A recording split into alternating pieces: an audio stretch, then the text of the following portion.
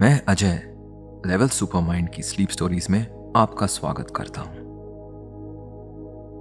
रामायण या रामायणम भारतवर्ष का सबसे पहला महाकाव्य है जिसमें भारत के महानायक प्रभु श्री राम के जीवन का विस्तृत रूप से वर्णन किया गया है। रामायणम इस शब्द में दो शब्द जुड़े हुए हैं, राम और आयनम। आयनम का मतलब होता है पथ या मार्ग, इसलिए रामायणम का मतलब है प्रभु श्री राम के जीवन का मार्ग या उनके जीवन का संपूर्ण इतिहास। आज की कहानी में हम जानेंगे कि किस तरह महर्षि वाल्मीकि को प्रभु श्री राम के जीवन पर आधारित महाकाव्य यानी रामायण लिखने की प्रेरणा मिली। साथ ही हम श्री राम के जन्म के बारे में भी जानेंगे। लेकिन कहानी सुनने से पहले अपनी रूम के सारे लाइट्स बंद करें और अपने बिस्तर पर आराम से लेट जाएं। आप चाहें तो शवासन में भी लेट सकते हैं, यानी कि अपने दोनों हाथ शरीर से थोड़े दूर रखते हुए हथेलियों को छत की ओर करें। दोनों पैरों में भी थोड़ी दूरी बना लें और अपनी आंखों को धीरे से बंद करें। अब अपने शरीर को बिल्कुल ढीला छोड़ दें। अपना पूरा ध्यान अपनी सांसों की ओर ले आएं। कुछ गहरी सांसें लें और सांस छोड़ते समय होठों पर एक हल्की सी मुस्कान ले आएं। महसूस करें कि आपके मन और शरीर का सारा तनाव दूर हो रहा है।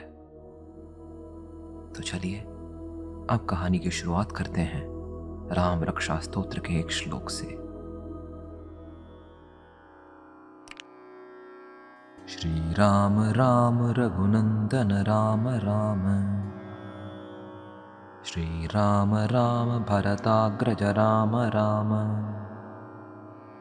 श्री राम राम रणकर्कश राम राम, श्री राम राम शरणं भव राम राम।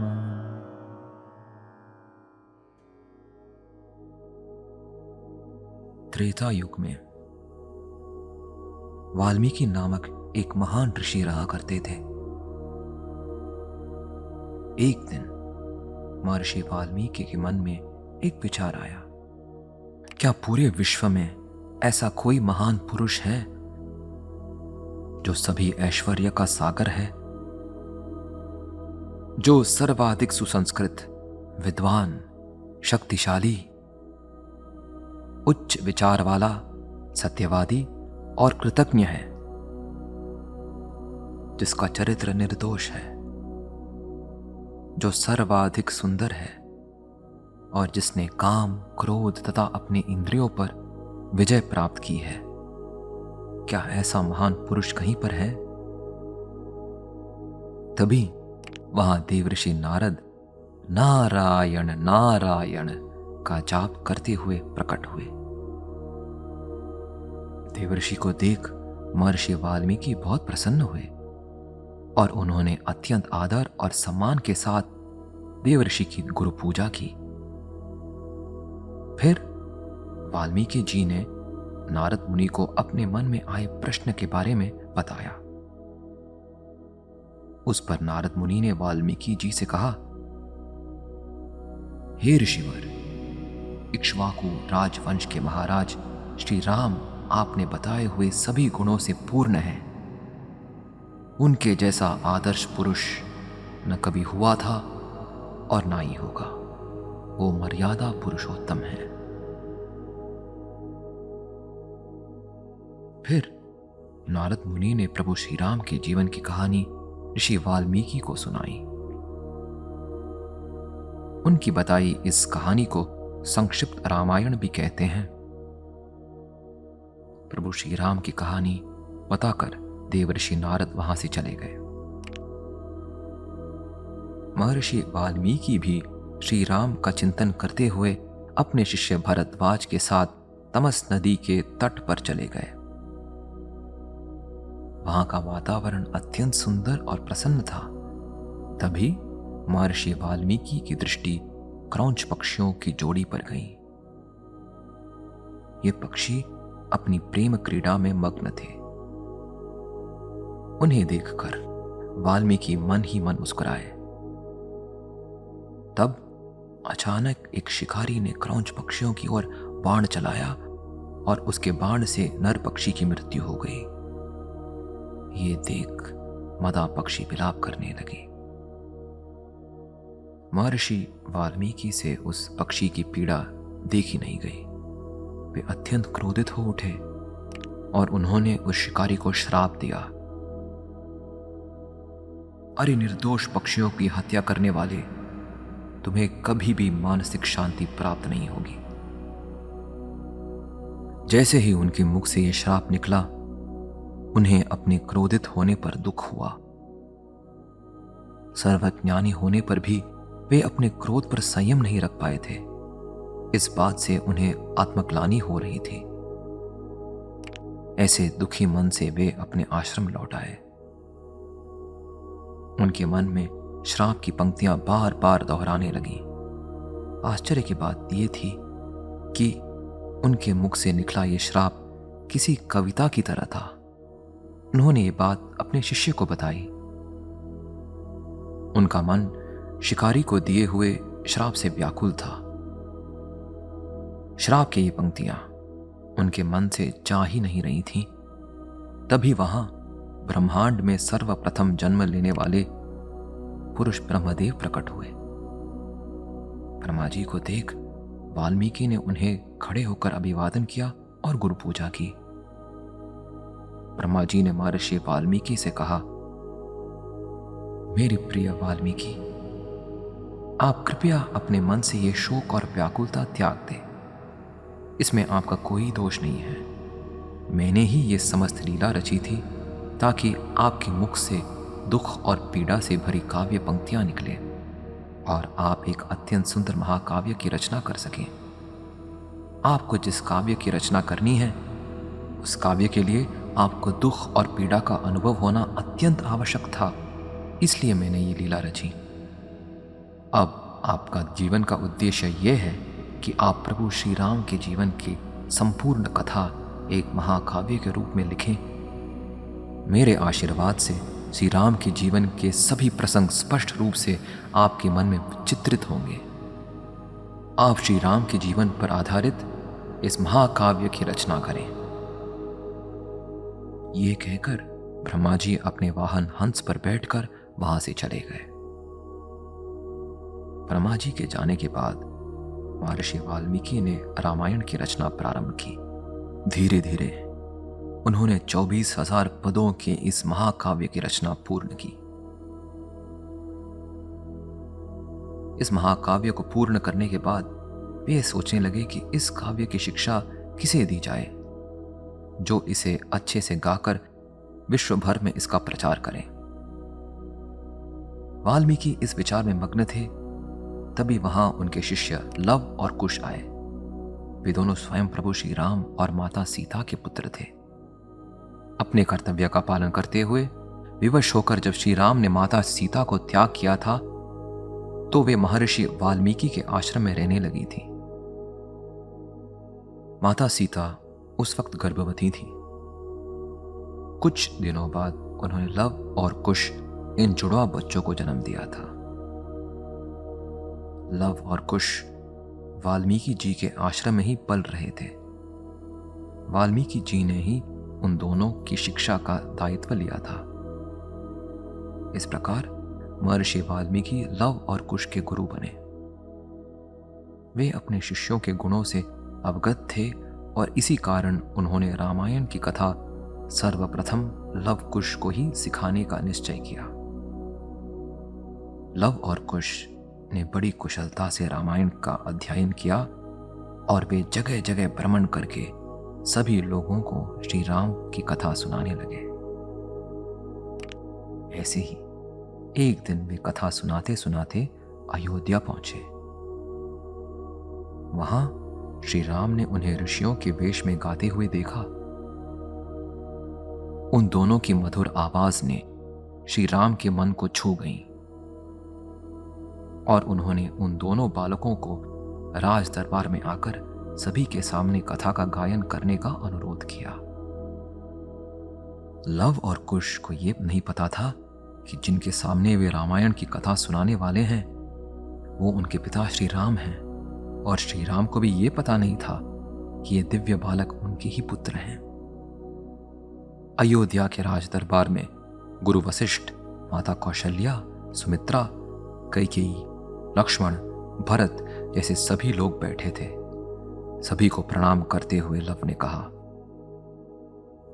ये हमारा सौभाग्य है कि इतने महान राजा के सामने आज हम उनके ही जीवन की कथा सुनाने जा रहे हैं। यहां उपस्थित सभी मान्यवर और गुरुवर हमें आज्ञा दें कि हम इस पावन कथा का आरंभ करें। सभा में उपस्थित सभी इन दिव्य बालकों से श्री राम की कथा सुनने के लिए आतुर थे। उन्होंने तुरंत लव और कुश को कथा आरंभ करने का अनुरोध किया। लव और कुश ने अपनी कथा की शुरुआत की। मान्यवर, शरयू नदी के तट पर कोसल नामक एक महान राज्य स्थित था। यह राज्य बहुत सुंदर था। इसकी चारों ओर हरियाली ही हरियाली थी। कोसल राज्य में अयोध्या नामक एक विख्यात नगर था। इस नगर का निर्माण वैवस्वत मनु ने किया था। अयोध्या नगरी बहुत बड़ी और सुंदर थी। ये नगरी 96 मील लंबी और 24 मील चौड़ी थी। इसके भव्य नगर द्वार संगमरमर से बने थे, जिन पर स्वर्ण और हीरे मोती से नक्शीकाम किया गया था। यहाँ के सभी घर बहुत सुंदर और आकर्षक थे। सारे मार्ग लंबे चौड़े और स्वच्छ थे। इन मार्गों पर सदैव सुगंधित जल छिड़का जाता था। मार्ग के दोनों ओर बड़े बड़े पेड़ थे और सदैव फूल और फलों से भरे रहते थे। नगरी में जगह जगह सुंदर उद्यान, तालाब और पानी के फुहारे बने थे। कड़ी धूप में इन फुहारों से निकला शीतल जल यात्रियों को ठंडक पहुंचाता था। नगर की चारों ओर और अंदर भी सुरक्षा की कड़ी व्यवस्था थी। यहाँ का बाजार विविध वस्तुओं की दुकानों से भरा था। दूसरे राज्यों से अनेक व्यापारी यहाँ व्यापार के लिए आते जाते रहते थे। चारों ओर खुशहाली ही खुशहाली थी। अयोध्या के सभी नगरवासी सुखी थे। इक्ष्वाकु राजवंश के महाराज दशरथ एक अत्यंत शक्तिशाली, न्यायप्रिय और कुशल राजा थे। वे अपने राज्य तथा अपनी प्रजा के प्रति अपना कर्तव्य हमेशा बहुत अच्छे से निभाते थे। अयोध्या में हर तरफ प्रसन्नता का वातावरण था। परंतु महाराज दशरथ के जीवन में एक बहुत बड़ी कमी थी। अब तक उन्हें संतान सुख प्राप्त नहीं हुआ था। महाराज दशरथ और उनकी तीनों रानियां कौशल्या, सुमित्रा और कैकेयी मन ही मन पुत्र प्राप्ति के लिए व्याकुल थे। अयोध्या जैसे सुंदर और विशाल नगरी के लिए कोई उत्तराधिकारी नहीं था। इस कारण पुत्र प्राप्त करने के लिए महाराज दशरथ के मन में यज्ञ करने का विचार आया और उन्होंने इस विषय पर चर्चा करने हेतु राजगुरु वशिष्ठ और राज्य के अन्य महान पुरोहितों को बुलावा भेजा। महाराज के बुलावे पर वहां ब्रह्मर्षि वशिष्ठ, वामदेव मुनि और अन्य पुरोहित आ पहुंचे। महाराज ने सभी के सामने अपनी व्यथा प्रकट की और यज्ञ के विषय पर उनकी राय देने का अनुरोध किया। महाराज का यह विचार सभी को अच्छा लगा। ब्रह्मर्षि वशिष्ठ ने महान ऋषि ऋष्यशृंग के हाथों अश्वमेध यज्ञ करने का सुझाव दिया। इस यज्ञ में एक सुंदर और शक्तिशाली घोड़े की पूजा करके उसे खुला छोड़ा जाता था। इस घोड़े के साथ विशाल सेना भी भेजी जाती थी। फिर ये घोड़ा चारों दिशाओं में जहां जहां जाता था, उस प्रदेश पर यज्ञ करने वाला राजा का राज्य प्रस्थापित होता था। जिस भी प्रदेश का राजा को ये स्वीकार नहीं होता था, उसे यज्ञ करने वाले राजा की विशाल सेना के साथ युद्ध करना पड़ता था। चारों ओर भ्रमण करने के बाद जब ये घोड़ा वापस अपने राज्य आता था, उस घोड़े की पूजा की जाती थी और उसकी बलि चढ़ाई जाती थी। यज्ञ की पवित्र अग्नि में आहुति देने के कारण यज्ञ के घोड़े को तुरंत ही नया जन्म मिलता था।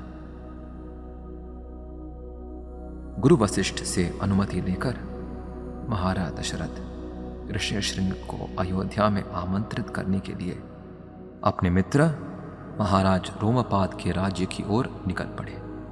ऋष्यशृंग महाराज दशरथ के मित्र अंग देश के महाराज रोमपाद के दामाद थे। इधर रावण का आतंक तीनों लोक में फैल रहा था। उसने विश्व के समस्त राक्षस, दानव, दैत्य, पिशाच और प्रेतों को अपने पक्ष में कर लिया था। वो पृथ्वी समेत तीनों लोकों पर राज करना चाहता था। निष्पाप लोगों की हत्या करना, उनका मांस खाना, ब्राह्मणों को परेशान करना और स्त्रियों का शील हरण करना मानो रावण के लिए मनोरंजन का साधन हो गया था। अब रावण ने कड़ी तपस्या से ब्रह्मा जी से वर प्राप्त किया था कि उसे कोई भी पशु, पक्षी, देव, गंधर्व, यक्ष, किन्नर जैसे अन्य दैवी जीव मार नहीं सकेंगे। रावण ने अपने अहंकार में आकर वर मांगते समय मनुष्य का नाम नहीं लिया था। उसे लगता था कि मनुष्य जैसे तुच्छ प्राणी उसे किसी भी तरह की कोई हानि नहीं पहुंचा सकता। रावण के बढ़ते अत्याचार से सभी देवगण चिंतित थे। अपनी चिंता का समाधान पूछने वे ब्रह्मा जी के पास गए। तब ब्रह्मा जी ने उन्हें बताया कि रावण का विनाश करने भगवान विष्णु स्वयं धरती पर एक मनुष्य के रूप में जन्म लेंगे। महाराज दशरथ के यज्ञ के बाद भगवान विष्णु उनके पुत्र के रूप में जन्म लेंगे। ब्रह्मा जी ने सभी देवताओं को आदेश दिया कि उनके इस मानव अवतार में उनकी मदद करने और उनकी लीलाओं में सहभागी होने वे सब धरती पर वानर, भालू तथा अन्य मनुष्य के रूप में जन्म ले। ब्रह्मा जी की ये बात सुनकर सभी देवी देवता बहुत प्रसन्न हुए और उन्होंने अलग अलग रूप में धरती पर जन्म लिया। यहां महाराज दशरथ अपने मित्र रोमपाद के महल पहुंचे और उन्होंने उनसे अनुरोध किया कि वे अपने दामाद ऋषि ऋष्यशृंग और उनकी पुत्री शांता को उनके साथ अयोध्या भेजें। वैसे ऋष्यशृंग महाराज दशरथ के भी दामाद थे। कई वर्ष पहले महाराज रोमपाद को कोई संतान नहीं थी, इसलिए महाराज दशरथ ने उनकी और महारानी कौशल्या की पहली पुत्री शांता को रोमपाद को दत्तक स्वरूप सौंपा था। अपने मित्र की व्यथा सुनकर रोमपाद ने तुरंत अपने दामाद ऋषि ऋष्यशृंग और पुत्री शांता को अयोध्या भेजने की व्यवस्था की। ऋष्यशृंग ने भी बड़ी प्रसन्नता से यज्ञ की अनुमति दी। वे तीनों अयोध्या पहुंचते ही एक भव्य अश्वमेध यज्ञ का आयोजन किया गया। शुभ मुहूर्त देखकर यज्ञ के घोड़े की पूजा कर उसे चारों दिशाओं में भ्रमण करने के लिए भेजा गया। इस यज्ञ में भाग लेने के लिए भारतवर्ष से महान ऋषि मुनि अयोध्या आए थे। यह यज्ञ 1 वर्ष तक चला और सफलतापूर्वक पूर्ण हुआ। अश्वमेध यज्ञ के बाद ऋष्यशृंग ने महाराज दशरथ को पुत्र प्राप्ति के लिए पुत्र कामेष्टि यज्ञ करने की सलाह दी। महाराज दशरथ ने तुरंत इस यज्ञ की तैयारी की। ऋष्यशृंग और अन्य पुरोहित यज्ञ में मंत्र पढ़ने लगे। महाराज दशरथ पूरे भक्तिभाव से यज्ञ में बैठे थे। कुछ देर बाद यज्ञ की ज्वाला से एक दिव्य पुरुष प्रकट हुआ। वो दिव्य पुरुष अत्यंत तेजस्वी और सुंदर था और उसके हाथ में एक स्वर्ण पात्र था। उसने महाराज दशरथ से कहा, राजन, इस पात्र में प्रसाद स्वरूप खीर है। आप ये खीर अपनी तीनों रानियों को योग्य प्रमाण में खिलाइए। खीर का प्रसाद ग्रहण करने के बाद आपकी तीनों रानियां दिव्य कुमारों को जन्म देंगी। ऐसा कहकर उस दिव्य पुरुष ने खीर से भरा पात्र महाराज दशरथ को सौंपा। महाराज दशरथ ने उस दिव्य पुरुष को अभिवादन किया और वो दिव्य पुरुष अग्नि में विलीन हो गया। अब महाराज दशरथ ने महारानी कौशल्या को खीर का आधा भाग दिया, सुमित्रा को 1/4 और कैकेयी को 8वां भाग दिया। उसके बाद कुछ विचार करके उन्होंने बचा हुआ भाग फिर से सुमित्रा को दिया। खीर खाने के बाद तीनों रानियों को उनके गर्भ में एक दिव्य अनुभूति हुई। फिर सभी ऋषि मुनि, ऋष्यशृंग और शांता अपने निवास स्थान पर लौट गए। यज्ञ के 12 महीने बाद चैत्र मास के शुक्ल पक्ष में नवमी के दिन महारानी कौशल्या ने एक नीले सावले रंग के एक तेजस्वी बालक को जन्म दिया। इस बालक की आंखें कमल की पंखुड़ियों की तरह सुंदर थीं, जिनमें सदैव प्रेम और करुणा का भाव प्रकट होता था। भगवान विष्णु के इस मानव रूप को देख सभी देवी देवता अत्यंत प्रसन्न हुए। अप्सराएं नृत्य करने लगीं, गंधर्व गायन करने लगे। चारों ओर प्रसन्नता का वातावरण था।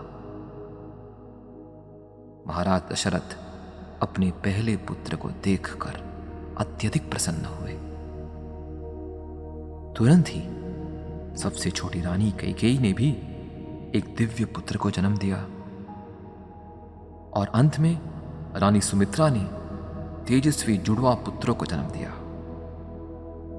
चारों राजकुमारों के जन्म की वार्ता सारे नगर में फैल गई। समस्त अयोध्या नगरी हर्षोल्लास से भर गई। राजमहल और नगर के सभी घर फूलों से सजाए गए। सभी मार्गों पर सुगंधित जल छिड़का गया और उन्हें रंगोलियों से सजाया गया। नगर के कोने कोने में नगरवासी ढोल और अन्य वाद्य बजाकर नाचने गाने लगे। हर व्यक्ति और यात्री को राजमहल में भोजन का आमंत्रण दिया गया। चारों ओर खुशहाली ही खुशहाली थी। अयोध्या के कुलगुरु ब्रह्मर्षि वशिष्ठ और देवर्षि नारद ने चारों पुत्रों का नामकरण किया। कौशल्या के पुत्र का नाम राम, कैकेयी के पुत्र का नाम भरत और सुमित्रा के पुत्रों का नाम लक्ष्मण और शत्रुघ्न रखा गया।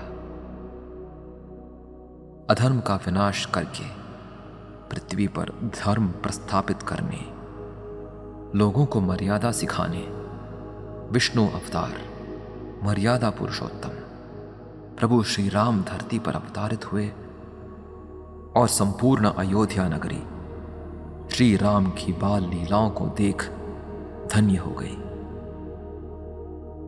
तो ये थी श्री राम के जन्म की कहानी। प्रभु श्री राम से जुड़ी कुछ और कहानियां आप लेवल सुपर माइंड पर सुन सकते हैं। अगर आप अब तक नींद में नहीं गए हैं तो चलिए एक छोटा सा स्लीप मेडिटेशन करते हैं। अपनी आंखें बंद रखते हुए एक गहरी सांस लें और सांस छोड़ें।